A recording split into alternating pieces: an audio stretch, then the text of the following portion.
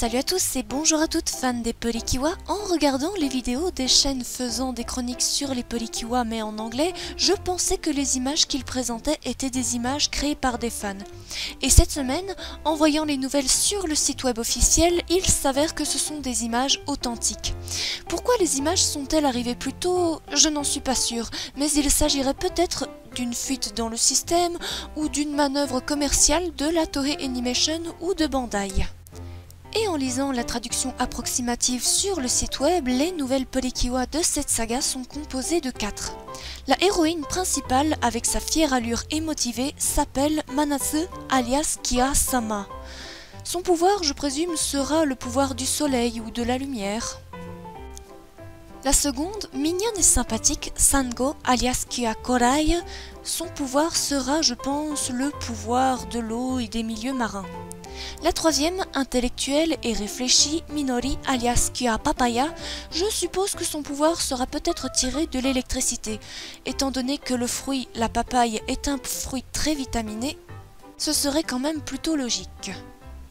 Et la quatrième, mature et responsable, Atsuka alias Kia-flamingo, je pense qu'au vu de la couleur de sa tenue, son pouvoir sera à mon avis directement relié au feu.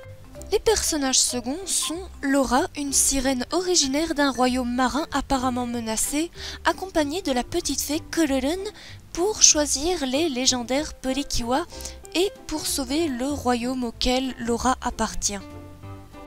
Pour les outils de transformation, je n'étais pas loin. Il s'agit véritablement d'un poudrier pour se transformer. Mais de ce que j'ai vu, les Tropical Roju auront un micro pour réaliser leurs attaques. Laura, quant à elle, possède un miroir à main. Je pense que la fonction de ce miroir à main est conçue pour prévenir les Polykiwa lorsqu'un danger se manifeste. J'ai quand même quelques craintes que la nouvelle saison pourrait s'inspirer d'un peu trop près des Mame do Melody Pichi Pichi Pichi. Mais je vois qu'en observant leur tenue, qu'elles se démarquent quand même assez bien des Mame do Melody. J'espère seulement ne pas être déçue du scénario proposé.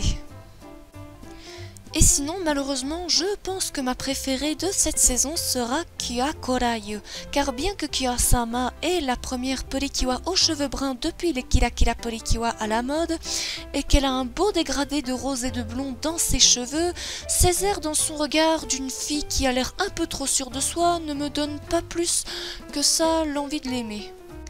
Donc exceptionnellement, ma préférée de cette saison sera Kia-korai, parce que j'adore l'originalité de sa tenue et son chapeau de marinière qui est vraiment trop stylé. Et peut-être pourrais-je aussi bien aimer Kia-papaya, parce que sa tenue et sa tête sont sympas, et comme ça contrebalance un petit peu son image de fille intellecte et calme, je suis sûre que son savoir pourra lui servir dans sa mission. La cinquième Polykiwa, je n'en suis pas sûre, je ne sais pas si Laura sera la cinquième Polykiwa. En attendant, chaque chose en son temps, car le premier épisode sera diffusé le dimanche 28 février. Alors, ce qui m'inquiète un peu, c'est que la saison des Iringo to Polykiwa sera peut-être raccourcie à cause de la crise sanitaire qui a mis en pause pendant 9 semaines la production de la Toei Animation. J'espère également ne pas être déçue de la fin des Iringo to Polykiwa.